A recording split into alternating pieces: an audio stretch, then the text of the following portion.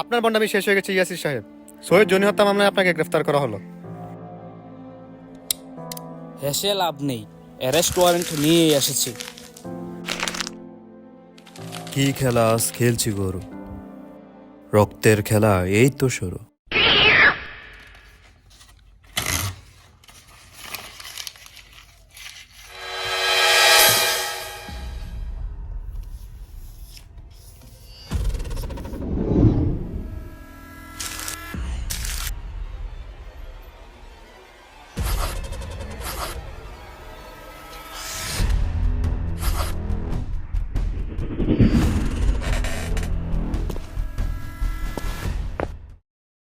খলিল সাহেব, আমায় থানা নিলেন না কেন? আপনি জ্ঞানী মানুষ, তা বিশ্লেষণ নাই করলাম। জনিকে কেন মেরেছেন বলুন। তার উত্তর আমি আদালতে দিব, তবে আফসার এবং ইয়াসিন সাহেবকে আমি মারিনি।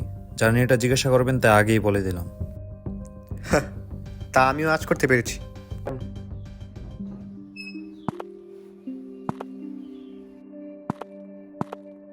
খলিল আমাকে সবটা বলেছে। তাকে 3 খুনের আসামি বানিয়ে চার্জ ফাইল তৈরি করো। বাকিটা আমি মিডিয়াতে দেখছি। কিন্তু স্যার, সে তো 3 খুন করে নাই। আরে ভাই, আমি তো সবই জানি। এখন নতুন খুনের তদন্ত করো। 2 দিন পর পাবলিক এমনিতেই সব ভুলে যাবে। তখন না হয় শাস্তি কমানোর জন্য সুপারিশ করব। কিন্তু স্যার, আচ্ছা, আমার প্রেস ব্রিফিংয়ে যেতে হবে। এভাবে সলিড ডিটেকটিভ হলে হবে না, প্রো ডিটেকটিভ হতে হবে।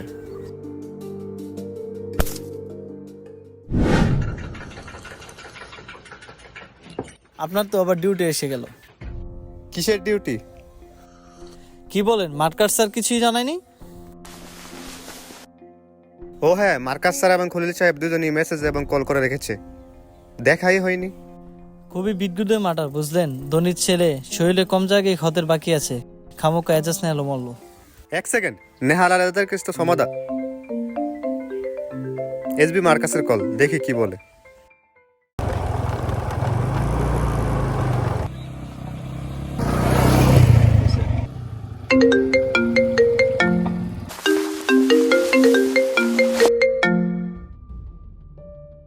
Good evening sir. Good evening my food. গত 4 দিনে 2জন শিল্পপতির সন্তান মারা গেছে। হচ্ছেটা কি একটু বুঝিয়ে বলবেন? আমরা 3 সংস্থা একত্রে কাজে লেগেছি স্যার। আমরা খুব শীঘ্রই সত্য উন্মোচন করব। আপনাদের এসব সত্যমতে আমি বুঝি না। 48 ঘন্টা সময় দিলাম, অপরদিকে খুঁজে বের করুন, না হয় কাউকে ধরে এনে জেলে পড়ুন। তারপরও আমি কারো কথা শুনবো না। Okay sir, thank you.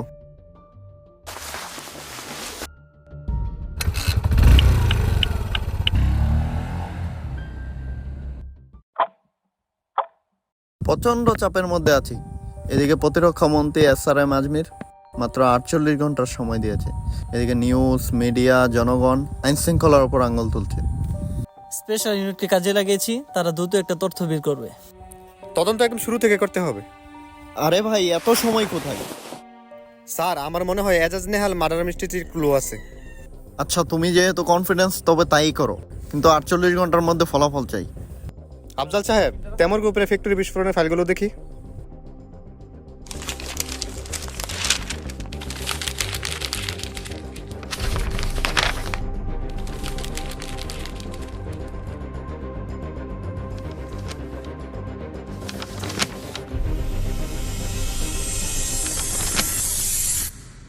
Factory বিস্ফোরণে প্রায় 100 জন জানা অজানা মানুষ মারা যায়। রিউমার ছিল জয়নাবের মেয়ে নূরজাহানও ছিল তাতে। নূরজাহানের নামটাকে দামাত চাপা দেওয়ার রিজনটা কি? জয়নবের দ্বিতীয় স্ত্রী এজাজের স্ত্রী ছিল। লালসায় লিপ্ত হয়ে নাফিসা জয়নবকে বিয়ে করে। তবে নূরজাহান এজাজের সন্তান ছিল। ওনার রেপুটেশন খারাপ হবে, তাই কাউকে কিছু বলেনি।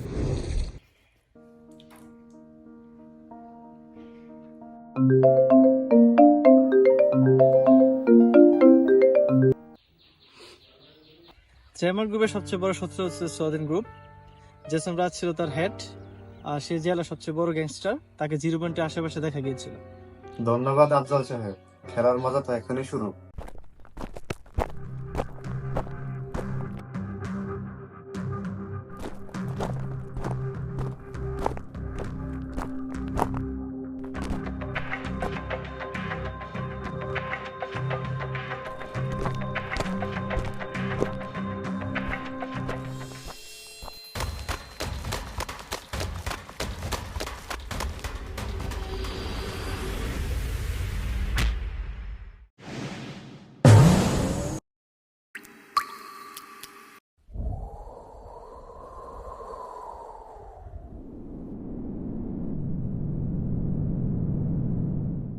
আগুন দিয়ে খেলা করা আমার ছোটবেলার অভ্যাস। ভুল করলি মশাই, খুবই বড় ভুল।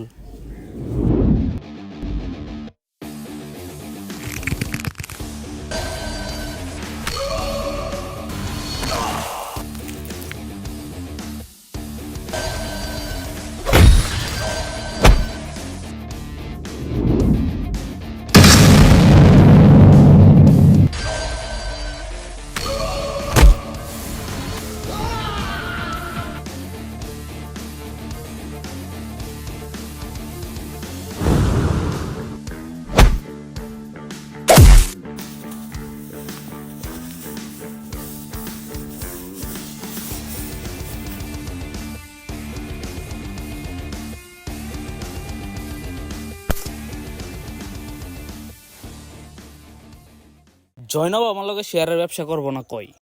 আমি অনেক বোঝানোর চেষ্টা করি, কিন্তু হ্যাঁ মানে না। তারপর হ্যার মায়ে নূরজাহানের গায়ে বোমা লাগিয়ে দেই, তারপর বুম। অমানুষ কোথাকার! এই মেয়েটা এজাজের ছিল। তাতে আমার কি? টেহা যারে চাই তারেই খাই।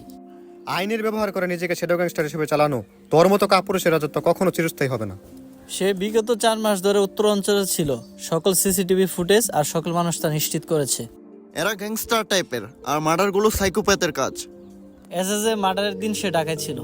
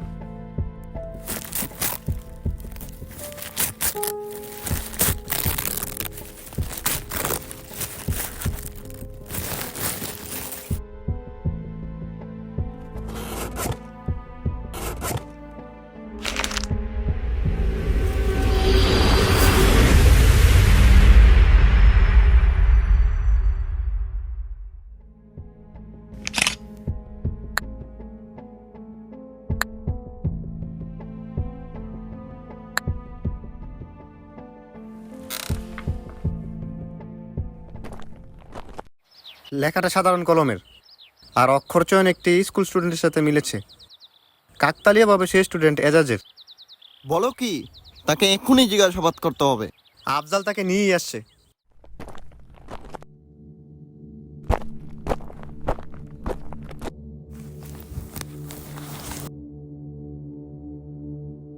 এটা কি তুমি লিখেছো?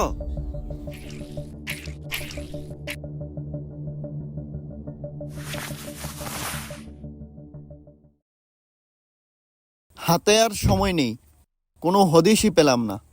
ফরেন্সিক রিপোর্টে কি সিরিয়াল কিলারের কাজ যে তা পুরোপুরি নিশ্চিত। ফরেন্সিক অনুসারে সাব্বিরের খুন হয়েছিল রবিবার রাত 9টার সাথে।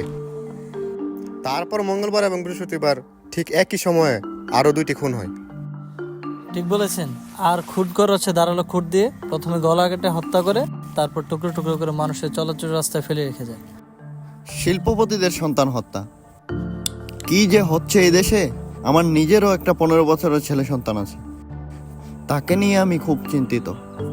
যেখানে আমরা নিজেরা নিরাপদ না, সেখানে দেশের মানুষ কিভাবে নিরাপদ থাকবে? অবশ্যই নিরাপদ থাকবে। আইনের হাত থেকে অপরাধী কখনো ছাড়া পাবে না। শেপিয়ার্ড সার্চিং টিম থেকে খোঁজ নিয়ে দেখি তদন্ত কতটুকু।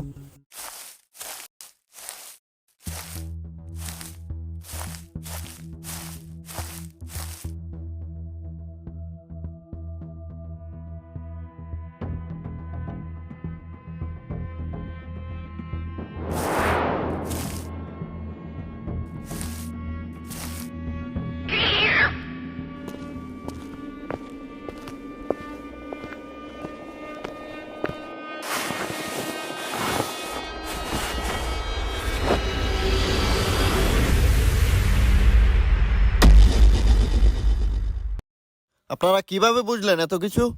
এনএসএর প্রাথমিক সন্দেহ এজাজের মৃত্যুতে হয়। তারপর আমি এজাজের পরিবার সম্পর্কে খোঁজ নিতে শুরু করি। এজাজের একটি ভাই ছিল আবির নামে, যদিও সে বিলেতে থাকার কথা, কিন্তু খোঁজ নিয়ে জানতে পারি সে বিলেতে নেই। তারপর আমি 9টা 7-এর বিষয়ে অনুসন্ধান শুরু করি। 9টা 7কে আলাদাভাবে পড়লে হয় 9 আর 7। এজাজের পরিবারের সাথে এই ঘটনা খুবই সামঞ্জস্য। 9 তারিখ ফ্যাক্টরি বিস্ফোরণ হয়, আর 7,000 টাকা বেতনে এজাজের বাবা জয়নবের আন্ডারে কাজ করত। যেহেতু এজাজ তার মেয়ে এবং বাবা মারা যায় এবং এজাজের স্ত্রী জয়নবের কাছে চলে যায়, আমার সন্দেহ এজাজের ভাই আবিরের উপর তীব্রতর হয়। সেই মোতাবেক আমি তদন্ত শুরু করি এবং জানতে পারি আবির একজন কেমিক্যাল স্পেশালিস্ট এবং সে বিলেতে বোমা তৈরি করে। ঠিক এই জায়গায় এসেই সব সমাধান হয়। বিলেতে পড়ার সময় সে একজনকে কলম দিয়ে পায়ে এমনভাবে আহত করে সে পরে আর দাঁড়াতে পারে নাই। তোর লজ্জা হয় নাই নিজের বাবা মেয়ে সহ এতগুলো বাচ্চাকে মারতে? লজ্জা নারীভূষণ। তারা ছোট থেকে আমাকে নিয়ে ঠাট্টা তামাশা করতো, আমিও দেখে দিলাম কি জিনিস। তাই বলে কি তুই ছোট ছোট বাচ্চাদেরকে মারবি?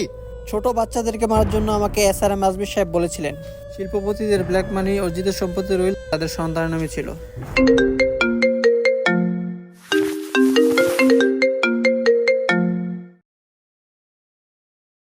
এসব কি শুনছি মার্কাস? তোমরা নাকি আবিরকে ধরে রেখেছো? তাকে এখনই ছেড়ে দাও। কিন্তু স্যার, সে তো অপরাধী। কোনো কিন্তু নয়, যা বলেছি তাই করো। আজ আমি আপোষ করলে শত শত প্রাণ বিরহের তাড়নায় বিলীন হবে অপ্রাপ্তির শিখরে। কি অন্যায়, কি অনিবার্য, কি ফুলের শুভ্র সূচি আজ আমার আঙ্গিনে। সীমাবদ্ধ আত্মাই প্রসঙ্গ মাতৃভূমির কাছে সর্বদা নত। এই শপথ এক সহস্র শপথ, দেশের শপথ। এই শপথ পদদলিত করলে মা আমাদের প্রতি মুহূর্তে তীব্র আক্ষেপে দিন কাটাবে।